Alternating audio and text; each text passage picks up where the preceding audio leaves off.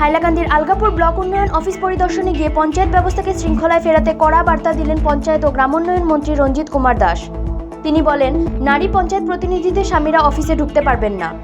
মন্ত্রী দাবি করেন, রাজ্যে আগের তুলনায় দুর্নীতির মাত্রা উল্লেখযোগ্যভাবে কমেছে এবং প্রশাসনিক কার্যপ্রণালীকে জনগণের কাছে আরও পরিষ্কার করে তোলাই সরকারের লক্ষ্য।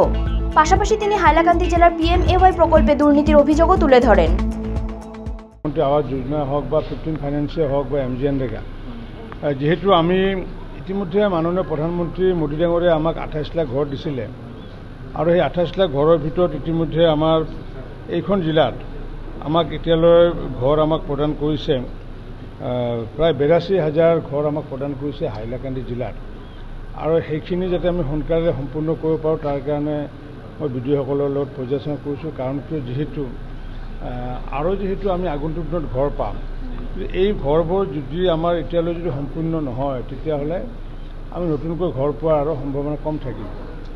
যিহেতু আমি পূৰ্বতে আমাৰ 49,000 ঘৰ আমি কাম কৰি আছোঁ বা সম্পূৰ্ণ হৈছে, তাৰ ভিতৰত 22,000 ঘৰৰ আবণ্টন 9 তাৰিখে মাননীয় মুখ্যমন্ত্ৰী ডাঙৰীয়াৰ উপস্থিতিত ফাৰ্ষ্ট ইনষ্টলমেণ্ট আমি টকা আমি বিতৰণ কৰিম।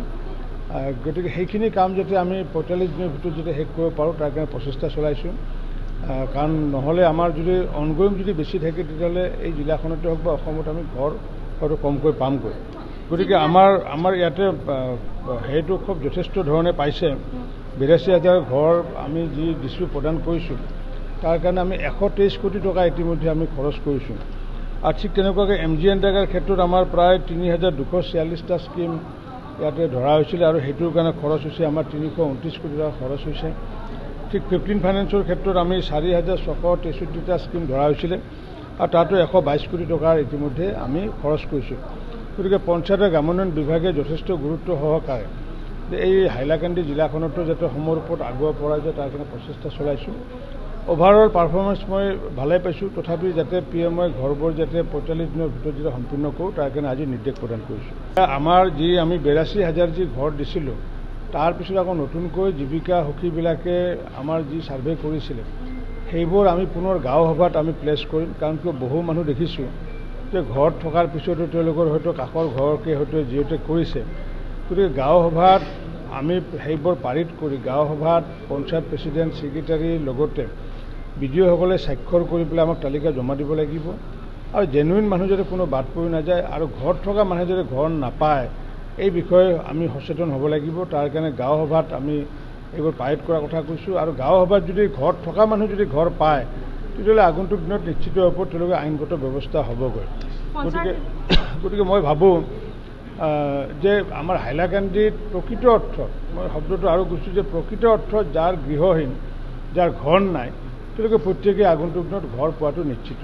এতিয়া সেইটোকে দোষটো মই জনসাধাৰণক দিম। কাৰণ কিয়, যে কাৰোবাৰ যদি স্বামীয়ে তেওঁৰ ঘৈণীয়েকে নিৰ্বাচিত হৈছে আৰু স্বামী বা দাদাক বা ভায়েকে যদি গৈ পেলাই যদি অফিচত গৈ পেলাই যে কাম কাজ কৰে, দোষটোতো জনসাধাৰণৰ।